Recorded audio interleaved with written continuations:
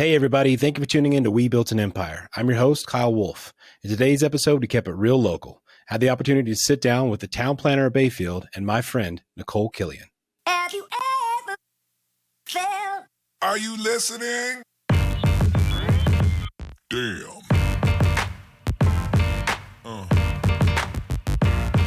Yeah.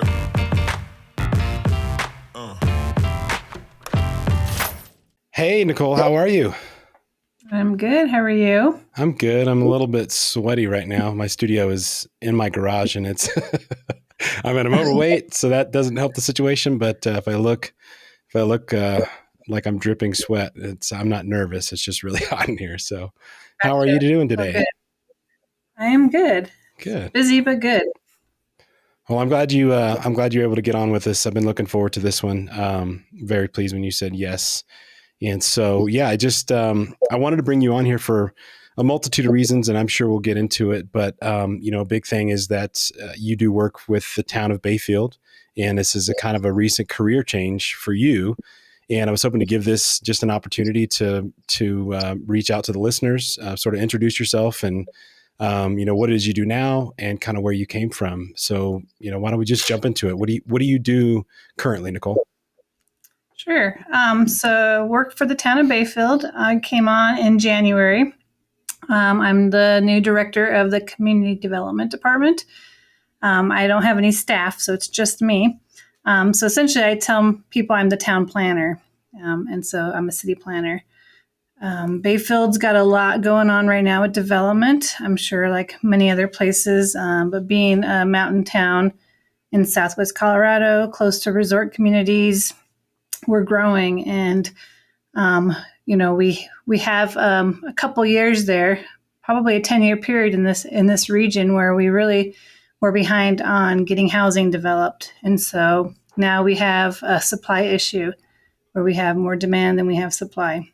And then COVID also magnified that because a lot of people realized they can work from anywhere. They work remotely. They wanted to live in a place like our region, Southwest Colorado. And so they're moving here, not necessarily for jobs because they work remotely, but they're moving to this area. And so that's putting a lot of pressure on housing as well. And so that's a big reason Bayfield is growing. Right now we have about 220 acres of annexations that either have been processed or in the process of, which means we are bringing that much land from the county property into town limits. And most of that being residential. Probably 800 or so units, a mix of different types of units that we are currently looking at. And then again, whatever happens with the economy will determine that build out length. But right now that's a lot for Bayfield considering we only have 1,100 units right now. Sure. Yeah. Do you think it's quality of life? Oh, definitely. Yeah, that are bringing people in.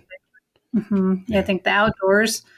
I try and ask people when I talk to them and hear that they're new to the area, why they came here. And a lot of them are coming from cities that maybe didn't have the same opportunities that we had during the pandemic to be outdoors and enjoy the environment we live in. They were kind of stuck at home. And so I think a lot of people are looking at that differently as well. Plus, again, you can work from anywhere. Where do you want to work from?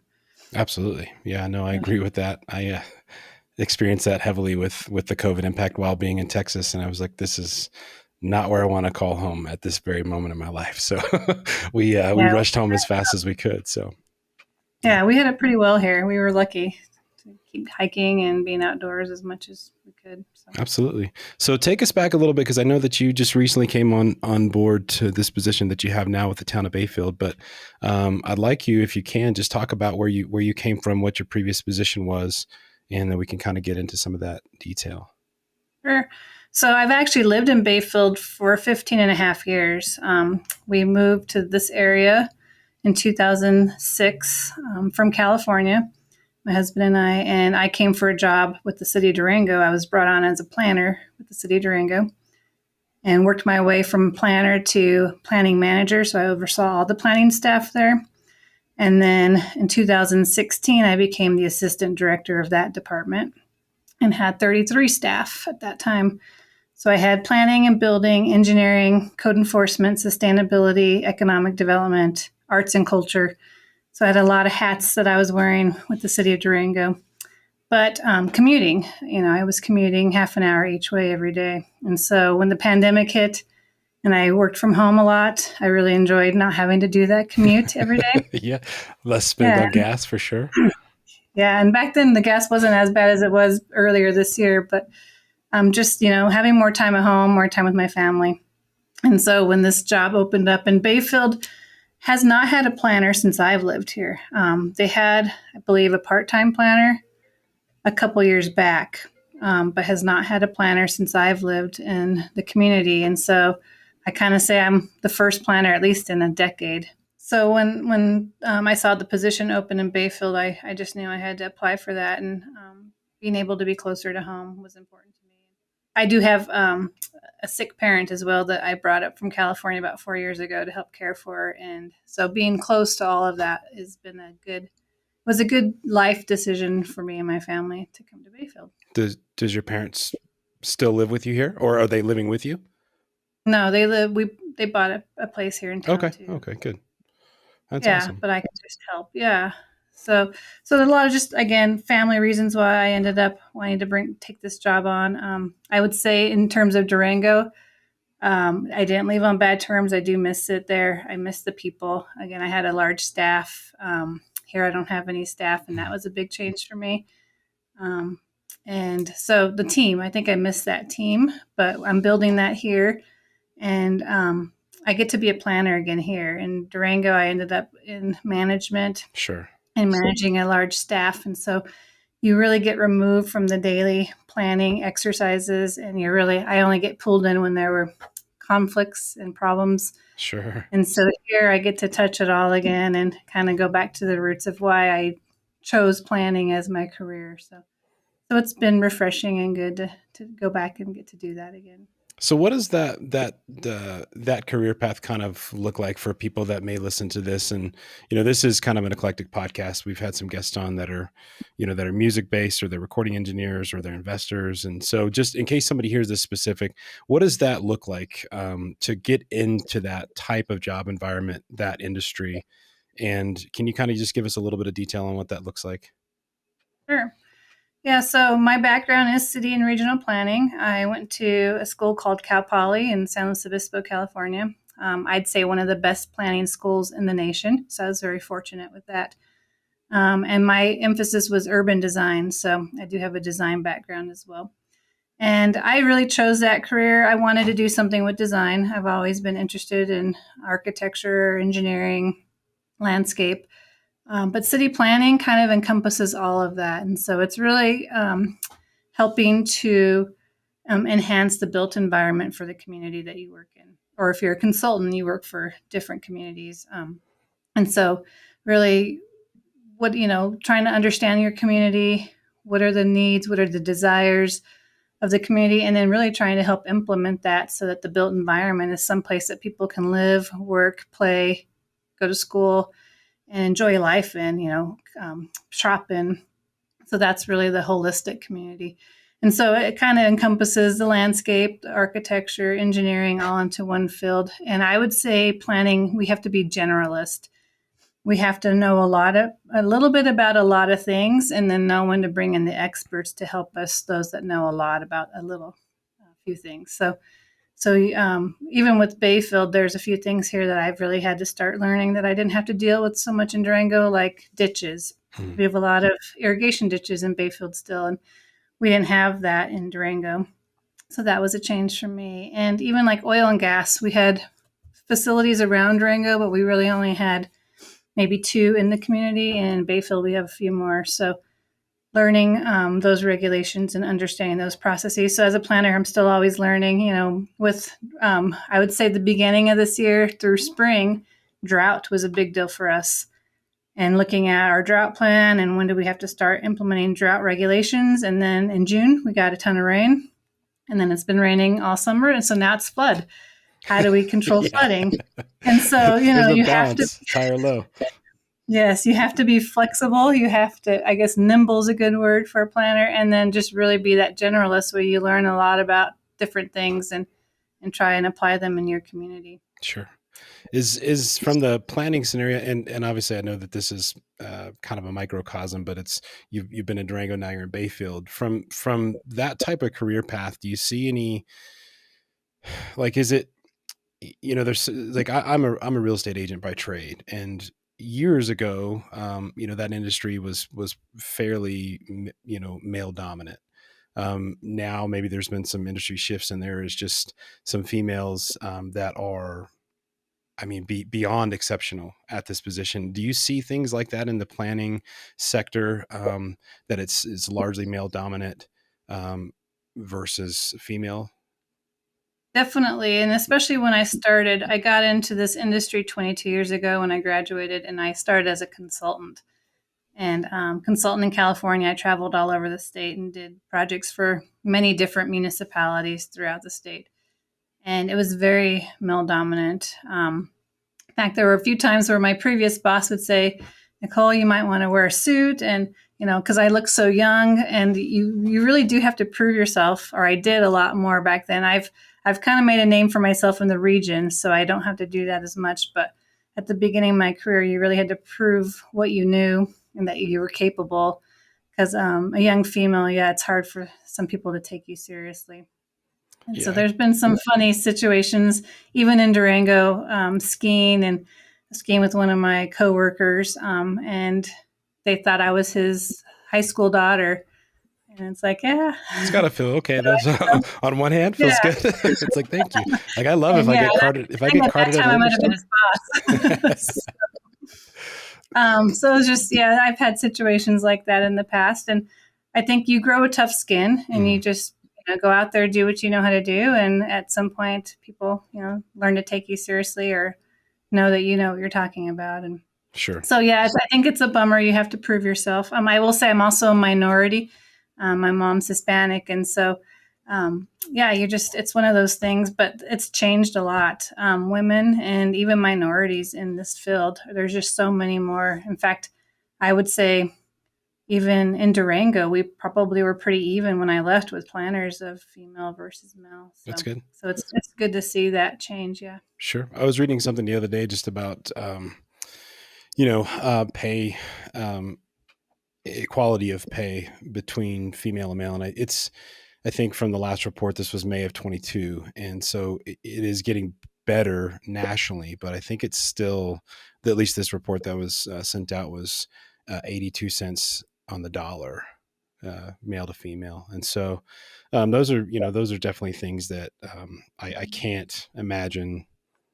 I think that I can correlate with you on being young, because I started in a career. I got really lucky. I was dating a young girl, and her father hired me to be an electrician, and kind of just showed me everything, and did rise through the ranks, and ended up managing massive projects as a 21-year-old, and you're, kind of having to be boss to 50-year-old men that are looking at you like, oh, you punk kid, what are you doing?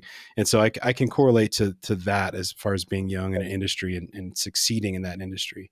But I can't imagine, what it would be like to be doing something equal or better to your peer. And I'm not saying that this has happened to you, but I just mean as an industry being underpaid, specifically because you're female. And so I was reading that the other, I just found it interesting. And the topic was like, it's getting better, pay equality. I was like, 82 cents on the dollar. This isn't 1940. Like, what are we doing? Like, the job, the output of the job should be the output of the job. And like, if it's equal or better, then there should be corresponding pay to that. So, I completely agree. I've been pretty fortunate, just the bosses that I've had and them knowing what I know, and I think just kind of, again, proving myself early. So I haven't really had to deal with that so much, especially here in this area. You think for somebody coming into the industry today, is it, obviously, I think maybe it's a lot more fair. A lot fair. Okay. That's good. I mean, that's definitely what we need. So I do have a question for you. And I it's not that I hate to say this, but, there is at times, a different mentality, or maybe just in a different environment, inside of the walls of Durango, so to speak, versus the walls of Bayfield. Bayfield's very rural, somewhat an older community. It is getting younger as far as demographics are concerned. But if you live in this community, I think most people would understand that there's a difference of thought sometimes. So has there been any type of shift for you? I know you've lived here for 15 years. So you understand the community, but switching that gear from planning for Durango, the rapid growth, and what was expected of you there, and what you did versus coming into Bayfield, was there any major mental change that you had to kind of make to sort of adapt to Bayfield? I guess from a planning perspective, so to speak.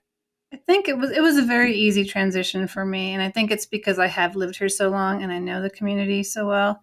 And planning is planning, Mm-hmm. and I know the region very well, and so I think it was a smooth transition. I will say, there's a few reasons why I love Bayfield, and I'm glad I'm working here right now. And one of those is just I'll say a couple statistics are our household size, which is based off of like census information, but our household size is the largest in the county. And to me, that's showing me that we have more families that live in Bayfield.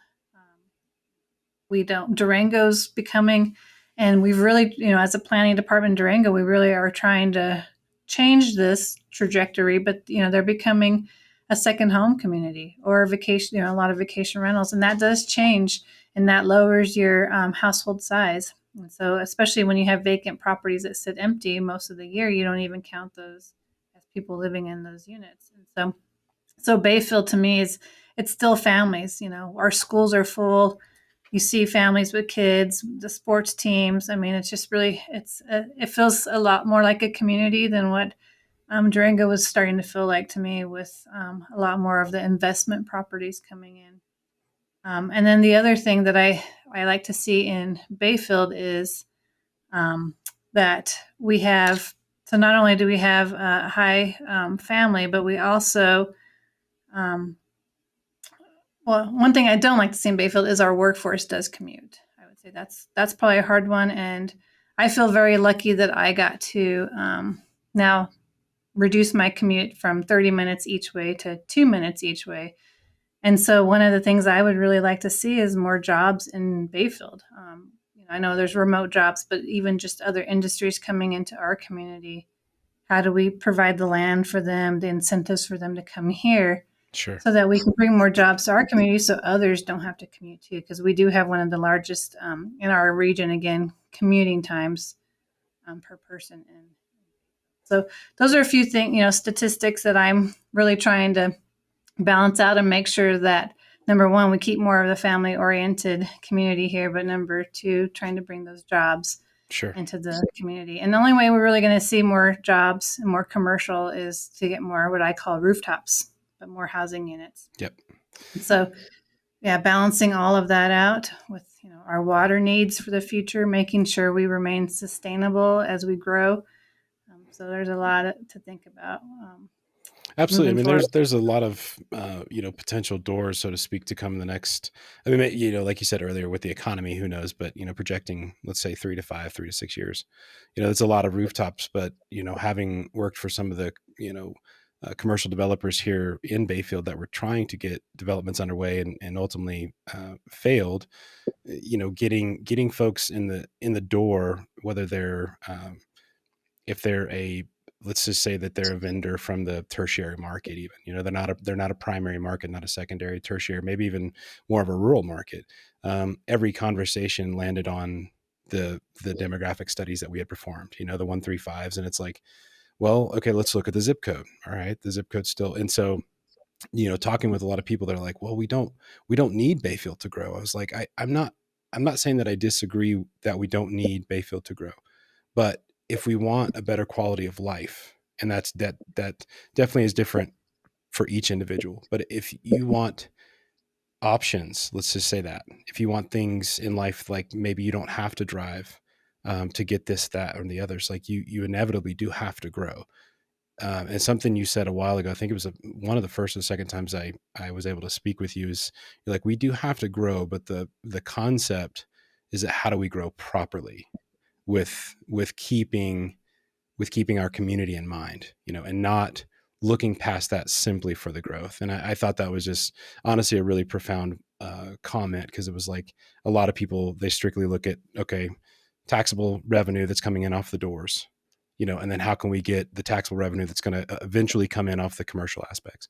And so when you said that, it was just like, wow, this is how we need to get the community on board with that growth model. We grow properly. We don't grow overly fast. We don't overly expand, but we do have to get the community on board to kind of grow in that fashion. We need the doors before the commercial world will even think about it, and hopefully we don't get a McDonald's. No, they want numbers. And so, having those numbers, even if they're on paper right now, showing them that it's coming, I think is an important piece. We are in Bayfield too. We're kind of looking at our comprehensive plan again. Comprehensive plan is required by the state of Colorado for communities over 2,000 people. We're at 2,800, so we're just over that. But this is our long range plan. This is what do we want to look like in the next 30 to 40 years, and how do we want to do that? And so we have a comp plan. It was done in 2018. It still has a lot of good information in it. So what I'm calling this is more of an amendment. Like, what changes do we need to make it more consistent with the current values of the community? We have the current growth that's coming in. How do we want that to look? And so that's an exciting process. I've got a working group, and Kyle is part of that. So I'm excited to have Kyle as part of the working group, where we're going to be talking about big issues like housing and economic development, water,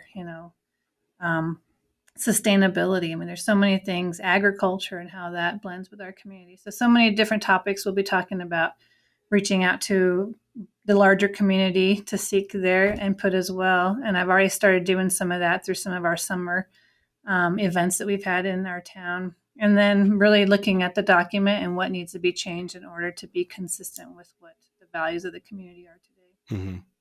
So, and then from there, we'll update our land use codes. So our regulatory document is the land use code, and that has zoning and heights and what uses are allowed in different zones. And so there's a lot of more regulatory information in that we'll be updating once we have an idea of what the comprehensive plan is.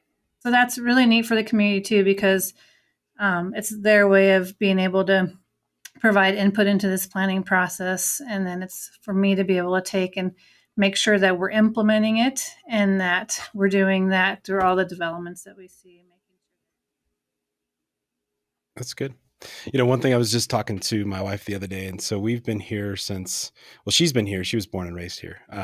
I've been here since 98, and we've moved for college and other reasons just a handful of times. But, if you drive down Mill Street anymore, so when I first moved here, I think I was 7th or 8th grade. And like on a weekend, if you were on Mill Street, no one else was there. I mean, maybe at the restaurants or something like that, but like no one was on the sidewalks. No one was in the parks. It just, you didn't see that. It wasn't prevalent in the community. And now we were down there the other day, and it was fairly late. There was no softball or anything going on that would have drawn people. It just, you saw people out and about. And maybe that's the, still the spiraling effect of not having been able to sort of do that a little bit with COVID. And we're sort of seeing that sort of still tailspin. But I do kind of equate that towards a mental shift with the greater Bayfield community, as it is changing. Like, we're realizing that, interconnecting sidewalks and parks and things like this it's kind of hard, I think, and I've fallen subject to this before, like look at a budget for something and you go, that's a lot of money. Where are we going to get that from? It's either going to be tax revenue or we're going to steal it from another bucket, but then you look at it 2 or 3 years later and it's like, it's hard to justify that cost up front, but it really does build back into the community better in the long run. So it's really neat to see. That seems like a lifetime ago, 1998 to now. It's like you didn't have people. Now you see people were listening to this being like, that's ridiculous. What is he talking about? I'm like, well, it's a rural community in Colorado, and, so it is good to see these things. It's good to see people down on Mill Street and kids skating and biking and walking and, having their dogs. And, so it's really, to me, it's a little bit inspiring to see the community that you're part of and that you want to build your family and have them continue to build their families here, to see it kind of grow in that fashion. It's really, really neat. Yeah. And imagine it in 10 years. I mean, that's what I get to do for my job. I get to imagine what the next 10 years look like for Bayfield. And we do Bayfield, because we do have a small tax base, we do have to go after grants to do a lot of our big projects, infrastructure improvements. And so a couple big things we're looking at, we're trying to redo all the sidewalks on Mill Street, which is our main street for Bayfield. And so we're getting these smaller grants and have divided into phases so that we can get it all accomplished in the next 2 years. And make sure ADA accessible. And so there's a lot that we're going to see change with Mill Street. And I think those sidewalks would be a huge improvement for that street. And then hopefully, filling in some of those gaps with some of those empty commercial buildings or even empty lots that we have down there, and start seeing some more vibrancy. But yeah, I agree. It's, I've been here 15 and a half years and it's changed a lot just in that time. Yeah. And then even just infrastructure in general, we have, some needs for some transportation improvements in the community, more connectivity. The Highway 160 does divide our community in half. And so making sure we have a better connectivity for pedestrians and vehicles is a top priority across the highway. And then even our park, we have this Joe Stevenson and Eagle Parks downtown. And we have these grand master plan designs. And so now it's like, okay, how do we implement that? So we'll be looking at some funding to try and get our parks to that next phase, grow those park areas and open space and more access to the river for fishing and bike trails and all of that. So Sure. So I think the next 10 years are going to be pretty exciting in Bayfield with all these potential projects. And there's so much money right now, federal funding. And, Bayfield, I know we have, because we are more of a rural environment, there's, that mindset of we have to be cautious with taxpayer dollars. But the thing is, if we don't take it, it's going to go to another community. And so I'm really trying to dip into what we can get in our community, get our share, because someone else is going to snatch it up. So, yeah, absolutely. So, yeah. And the Mill Street thing, I can kind of attest to that, because Simone's got her shop hopefully going to open up in the next few weeks down there, and all summer, because we couldn't get construction hands, we did all the labor ourselves, and nights and weekends. And so we would be down there, and every time we were there, 5 to 10 people would knock on the door, or if it was wide open, they'd step in. What's it going to be? And so she would be talking to them, and it didn't matter the age or demographic. It was just, that's great. This is going to be great for, downtown. Something's coming in here, a storefront. And so it was just really good to see just a small sliver of the community really kind of give her positive feedback almost every time. No one was like, I can't believe you're doing this down here. They were very excited. And so she's excited to be down there, to kind of be a part of that. What is Bayfield's, kind of main street for, we're talking because we know each other, but for somebody who doesn't know, it is Mill Street, but it's essentially the downtown main street of Bayfield. And so, it's really, really awesome to kind of see that. What would your thoughts be on like one of those deer crossing bridges for pedestrians over? I think CDOT would have an absolute nightmare, but. Well, I think that would be awesome. Those are super expensive, and they take a lot of land too. So yeah, I was joking. So what we're doing, but we're doing a pedestrian study. Hopefully, we're starting this fall. We have a kickoff with CDOT in the next couple of weeks, and we're going to do a study first to determine what type of pedestrian access we need. And so different options could come up as part of that. The other thing we would really like to see as a town is lowering the speed limit on the highway. The highway goes through Durango, the highway goes through Pagosa Springs. Mm-hmm. Their speed limits are not fast. They're pretty low, especially Pagosa Springs. You almost come to a standstill in some areas. And then Bayfield, for some reason, they want to get the traffic through as fast as possible. And so the town's really trying to take a stand of, we want to slow down that traffic. It's dangerous. We want people to not drive right through Bayfield. We want people to see what we have. And, you can't do that when you're going 55, 60 miles an hour down the highway. So as part of this study, we'll probably end up trying to do a speed study.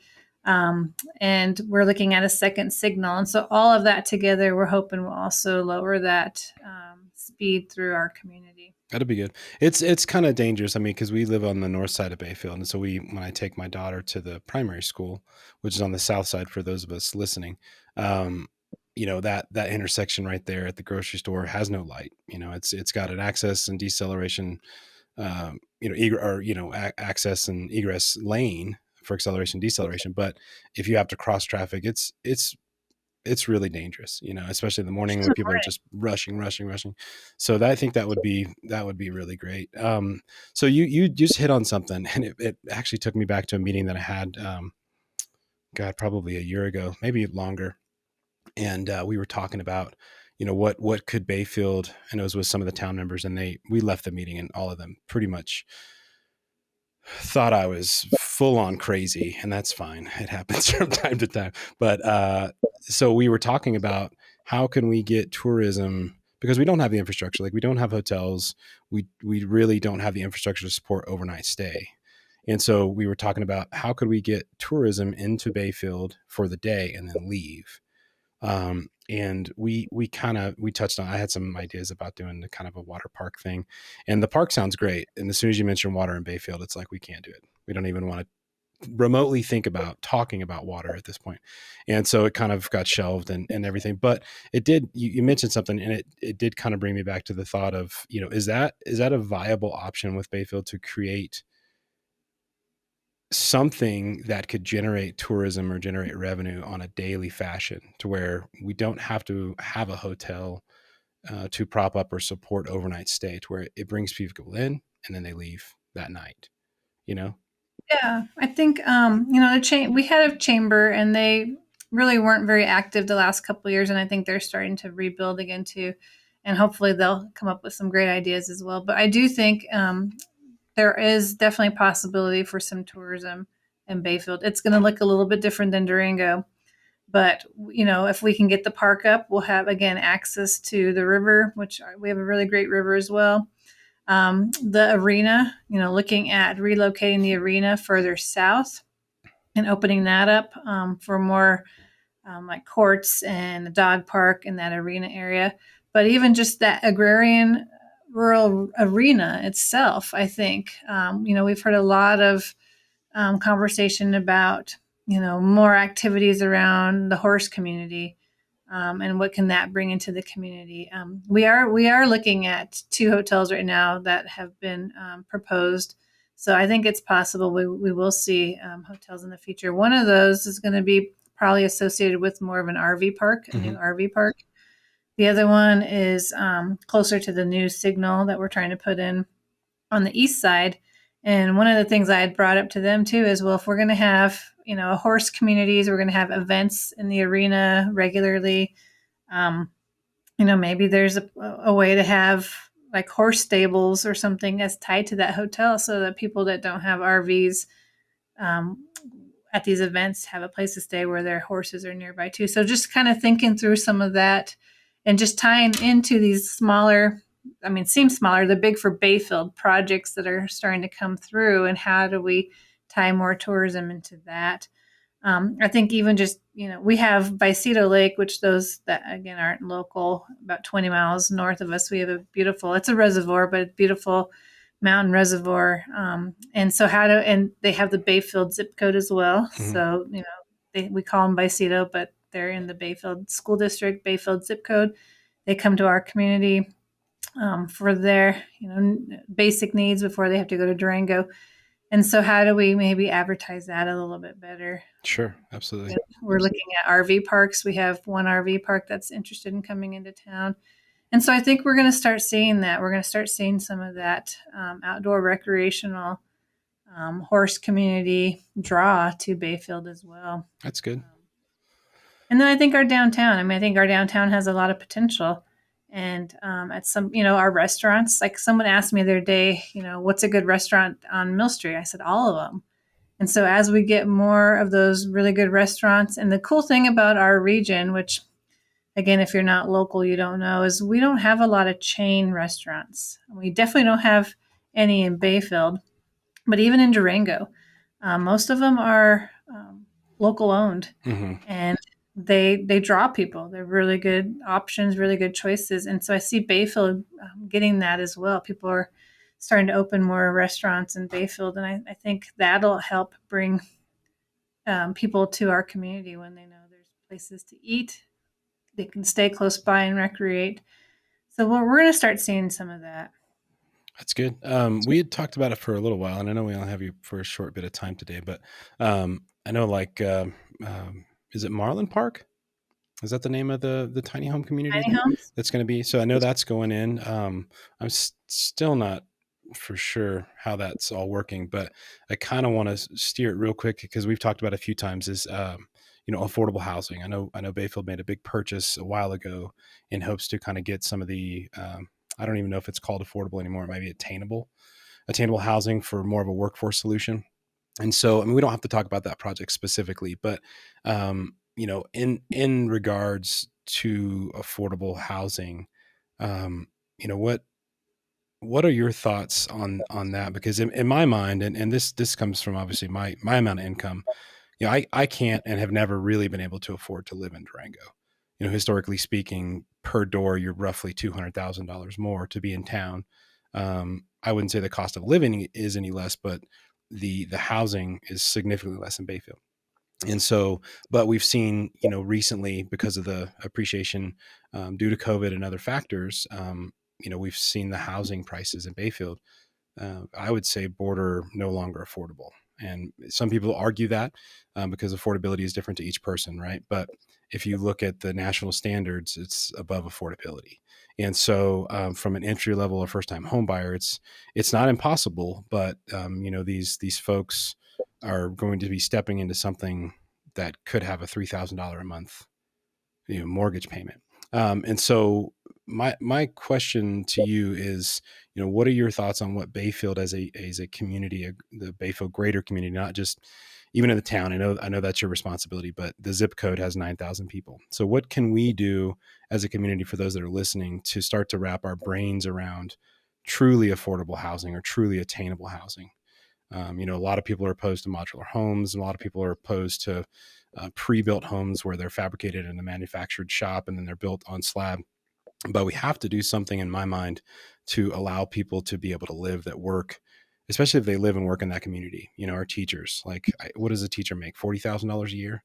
And I'm not scoffing on that, but in my personal opinion, that's not a lot of money. And to be able to tell that person, okay, you have to live here.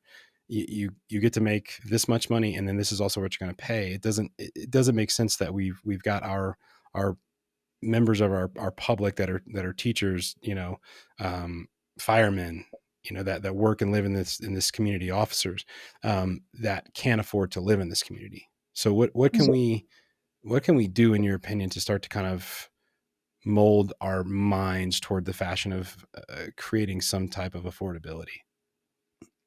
Well, I can talk on this subject for hours, but I'll try and sum it up into a few key points. But I think, number one is just a variety of housing types. For example, somebody who might have raised their family here and they have a bigger home, and they might be empty nesters, they might be retired, they don't need that large of a home. They need to have other opportunities, other options in the community, smaller housing, smaller yards, maybe part of an association that maintains their exterior.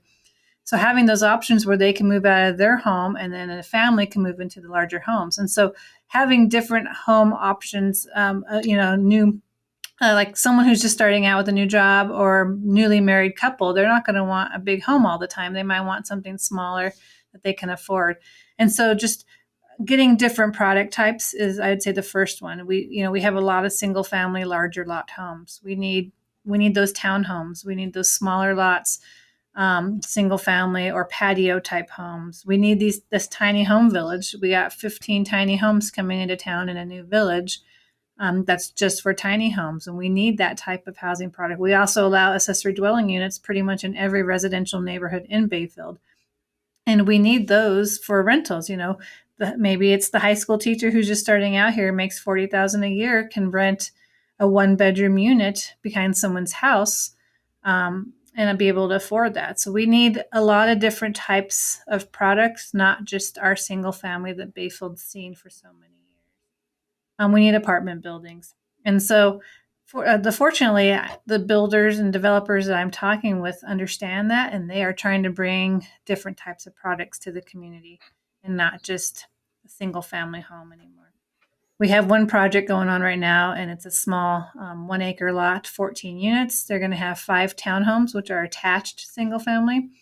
And then they're going to have 9 detached, tiny single family. So they're not huge with small lots. So you have smaller yards, but then it'll be more affordable. You're not buying this 10,000 square foot. And Bayfield, because again, we came from, we were, I would say, a rural environment. We've really are starting to urbanize, but we still have these 40,000 square foot, 10,000 square foot, 20,000 square foot lots.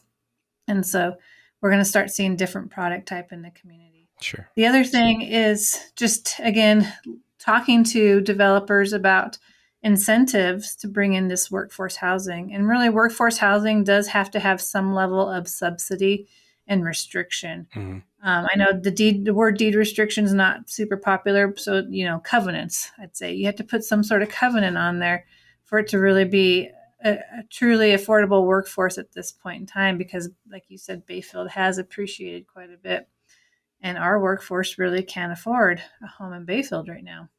And so we're seeing our teachers and our firefighters and our marshals having to travel from other cheaper communities, half an hour, 45 minutes, up to an hour to come to work. And so how do we get them homes in our community? And so the town, I will just say just briefly, the town did purchase 30 platted townhome lots back in 2021, trying to use our ARPA funds.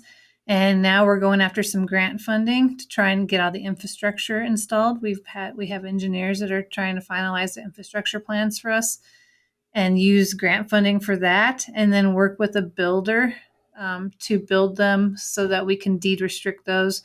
And right now we're going to be probably having a discussion on October 4th. Right now is a tentative date with the Board of Trustees on what those deed restrictions look like. We're going to give them a deed restriction 101, pretty much. Like, what is it? How can we form that? Do we want them to be people that have lived here for a year in our community, or do we want them to be people that just work in our community? How do we want those deed restrictions to be written so that people in our community can afford those homes? Sure. So hopefully in the next 2 years, we'll see those up as well. So those are 2 big things. And again, those have to get some level of subsidy, and that's why we're applying for some grant funding for that. So deed restriction, and I'll put some really good links in the show notes on this episode. But can you just kind of explain for the folks listening the difference between deed restriction? Because like you said, there is, and I don't say this negative, but there is a bit of a negative connotation at times with hearing the word deed restriction. And I think a lot of people think that it could be like Section 8 housing, it could be things like that. So can you just give a little, to the best of your ability, a little bit of background on what deed restrictions typically look like in an affordable housing method? Sure. Yeah, so usually deed restrictions are more tied to that attainable housing. And so there's attainable and affordable. Affordable is usually you have a certain level that is affordable, and a lot of affordable housing tends to be rental housing. And so Section 8 falls under that affordable. Deed restricted is really a form of home ownership.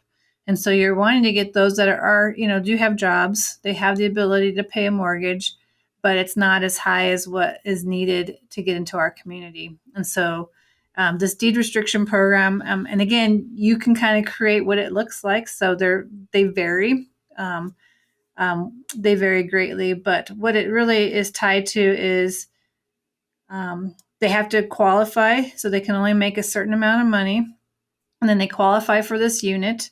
They sign covenants stating that this unit needs to remain deed restricted. And so in a couple of years, when they go to sell it, they will not get the appreciation that the rest of us would get on a conventional loan, a conventional home. They'll get some appreciation, and that, again, is written into the deed restriction. What does that look like? But then they need to sell it also to someone who has qualified for a deed restriction. So there's some limitations on who they can sell it to.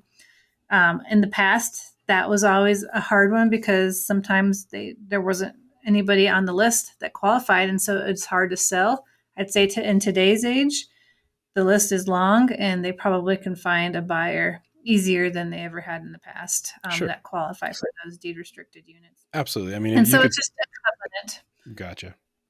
Yeah. I think Yeah. And it's, anybody from a resale standpoint that's looking like first call, any type of housing alliance, whether it's Region 9 Economic Alliance, they've got a laundry list of folks that are waiting, and waiting and waiting. And unfortunately, I think they're going to continue to wait until things like this do come about. So, just from a resale stance, well, that's good.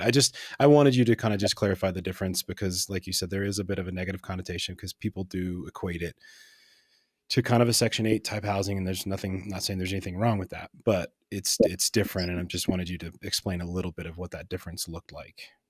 yeah, I think it's important to know too, even if it's in your neighborhood, it does not impact your um, valuations when you get your house valued for a sell, or if you're purchasing and you have comps. It's not, they don't comp it with a regular single family. So I think that's a big concern, is it's going to change people's values, and it doesn't, because it's not compared. It's not compared to those values. They have their own standalone comp. That's really good. What else? What was I going to say? Sorry, I was thinking something and then I started talking again. I guess Oh there's a few no. other quick things in terms of housing too. And Okay. if anybody in Bayfield's listening, or even Durango, we have a few programs in the community. Homes Fund has a mortgage assistance program. So they get federal funding and state funding, and then they use that to help. Usually it's up to like $50,000 for mortgage assistance. And so it's really down payment assistance. And so if you can afford a mortgage, but you're struggling to come up with a down payment, there's programs out there. And then you do pay that back once you do sell those. But again, that's not deed restricted. So you can sell conventional, at market rate. You get your appreciation, and then you turn around and just pay back that assistance, so that then they can use that money to go help another family with their down payment. And so that's a neat program too. It's in our community now. There's money there. And Homes Fund, they're a nonprofit in our county, and they're the ones who manage that program. So they have a class you can take, and you get on their list. And then when you find a piece of property and you need that assistance, that's whenever you tap into that funding. It's a great program. So, And I'll say that I do have a couple of clients that I've kind of steered that way. And I just want to kind of air this. A lot of people think that if they have to go, and I don't think that this is necessarily a mentality of Bayfield. I think that this is a greater human mentality, but they don't a lot of times want to go work with a program like that because it seems like they're admitting failure. Like they haven't done something right. Why shouldn't they be able to afford this? Why don't they have enough money saved? And it's not a checkbox beside you failed at life or you didn't succeed at this point. It's a really great program that's meant to get you into the position that you need to be in the next 5 years. And I've tried to explain that to a lot of people. This is a very big stepping stone. My wife and I, our first condo was a USDA rural housing loan, and it was down payment assistance, and we had to go through the class.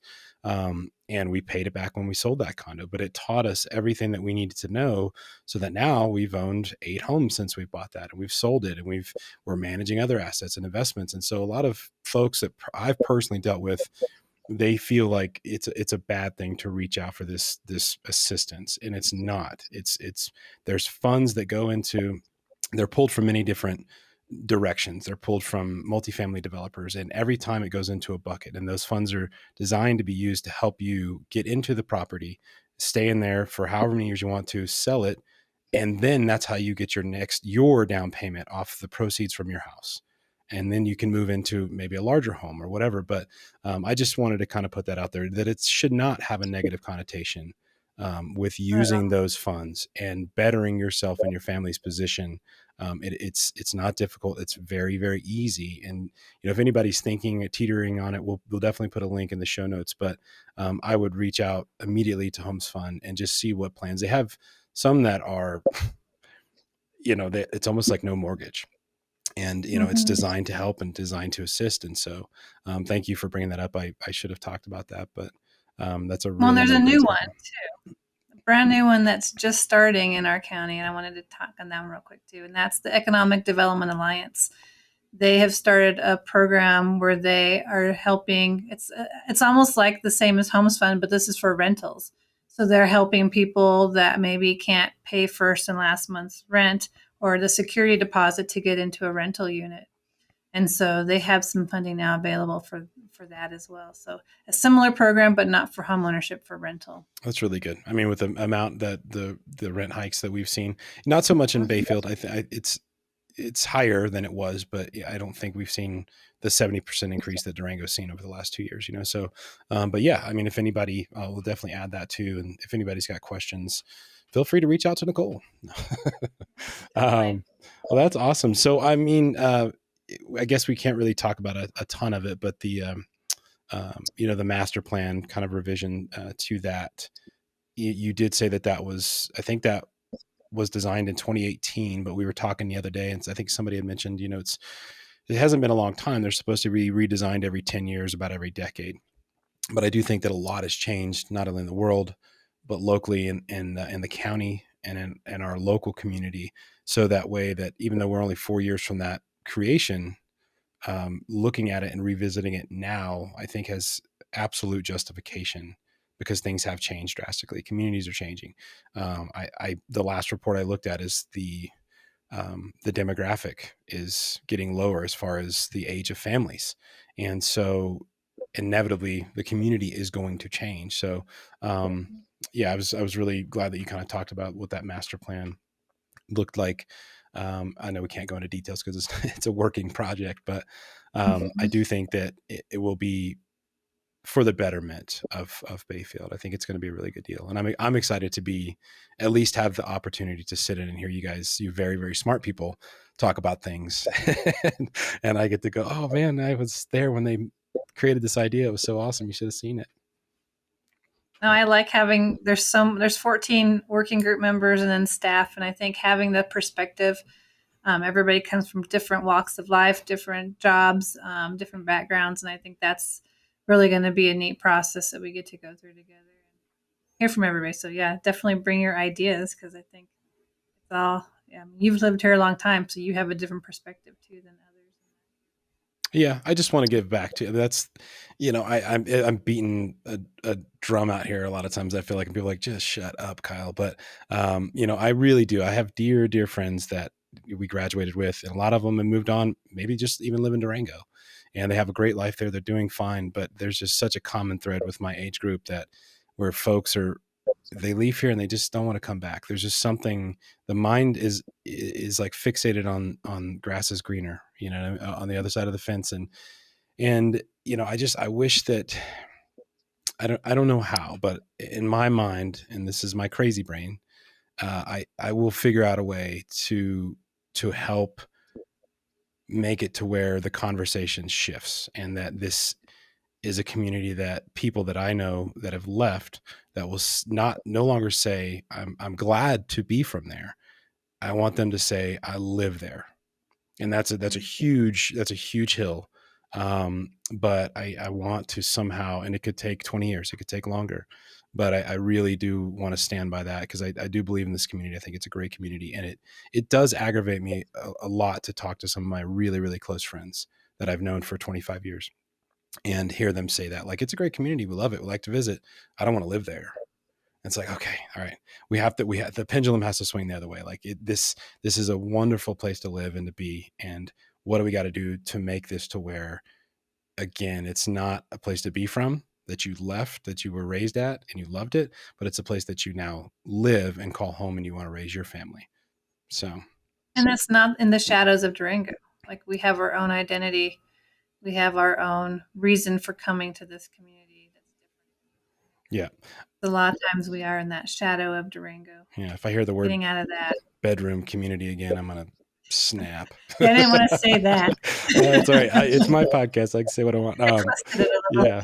So I was just talking to my wife the other day, and it was a really weird concept. And like you said, you drove for, how many years were you with the county again?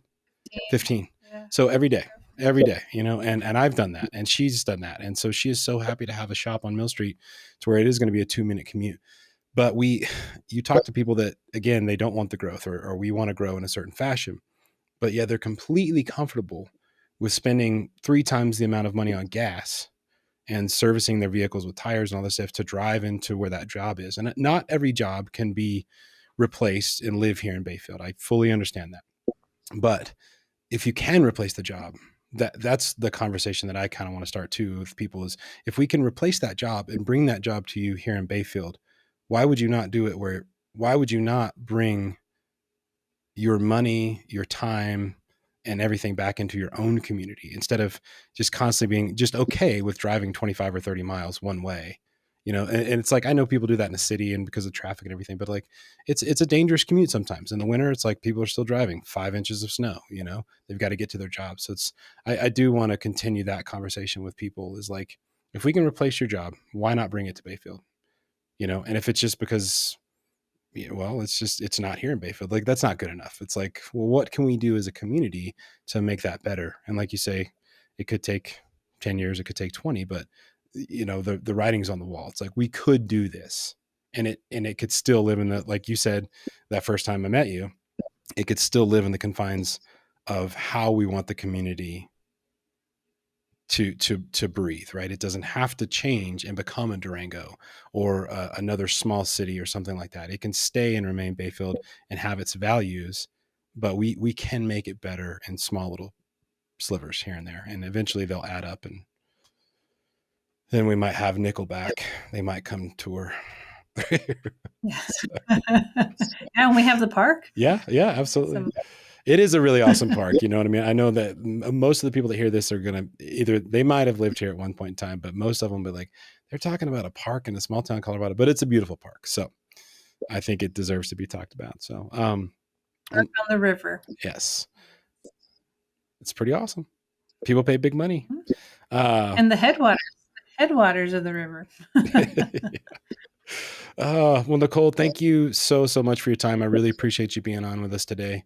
Hopefully somebody out there hears this and can really resonate with what you said. And if anybody does want to reach out to you, how can they get in touch with you? I mean, come downtown, or can they reach out through the website? Yeah, so my email's on the website, but it's pretty easy. It's nkillian, KILLIAN, at bayfieldgov.org. And then they can call us, come down to the building. Yeah, there's multiple ways you can get in touch with me. Good. All right. Well, we'll put it in the show notes. I appreciate you, and keep making Bayfield better. I'm excited to have you in the town. Thanks. Well, I know you've lived here. I'm excited to have you work for the town and doing what you're doing. Thank you. So thanks, Nicole. Are you listening? Damn.